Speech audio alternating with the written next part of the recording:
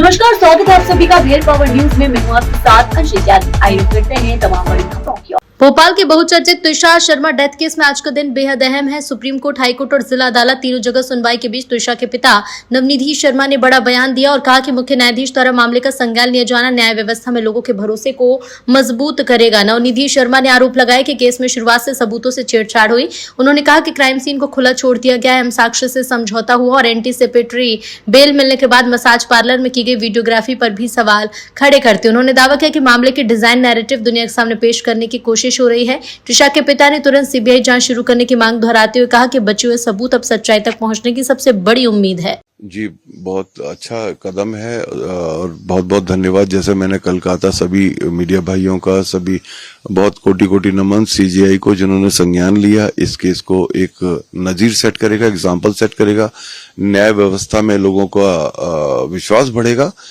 और आज 3 सुनवाई है, बड़ा दिन है। लेट्स होप, हम आशा करते हैं कि हमें न्याय की प्रक्रिया में एक कदम आगे बढ़े हैं। सर, देखने में आ रहा है कि कॉल डिटेल्स सेव करने के लिए भी आपने जी कॉल डिटेल्स, क्योंकि देखिए बहुत ज्यादा टेम्परिंग ऑलरेडी हो चुकी है। जो सिस्टम है उसने जो है इनको एम्पल टाइम प्रोवाइड किया।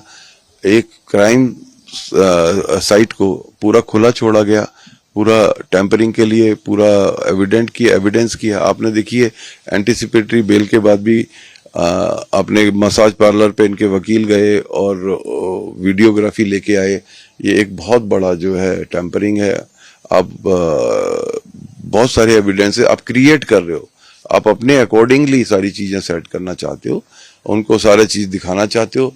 आप बहुत ज्यादा दिख रहा है साफ साफ कि एक पूरा डिजाइन करके, मैनिपुलेशन करके सारा काम कर रहे हो, इन्फ्लुएंस को यूज कर रहे हो, हर चीज को यूज करके आपने एक डिजाइन्ड प्रोग्राम दुनिया के सामने रखा है। मुझे उम्मीद है कि मेरी जांच एजेंसी पे मुझे भरोसा है कि इस डिजाइन को वो एक्सपोज करके रहेंगी और सच्चाई बाहर आएगी। सीबीआई को सर केस हैंडओवर कर लेना चाहिए।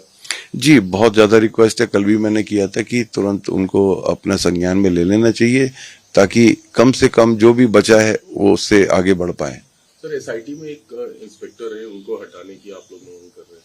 जी, हमने तो एसआईटी की मांग ही नहीं स्वीकार करी ना। एसआईटी तो अब सीबीआई गठित करेगी, हमने तो कभी नहीं बोला। एसआईटी तो इन्होंने सुओ मोटो करके अपने संज्ञान से, इनकी एक प्रोसेस है। कोई इस तरीके के केस आता है तो पुलिस अपना पहली कार्रवाई करती है। उस एसआईटी से हमारा कोई लेना देना नहीं है। हाँ, उसमें एक टीआई थी जिनको हटाने के लिए आपके वकील ने भी बोला है नहीं, हमारे वकील ने नहीं बोला है हटाने के लिए। ये प्रशासनिक कार्रवाई है। ये प्रशासन एक व्यक्ति को विक्टिम बना करके अपनी बहुत सारी चीजों को ढकना चाहता है। क्योंकि लिगेचर नहीं दिया गया था, तो लिगेचर नहीं देना एक सोची समझी सिस्टम की साजिश हो सकती है, पर सिस्टम इसका ओनस नहीं लेगा। ये नहीं कहेगा कि हमारी वजह से हुआ।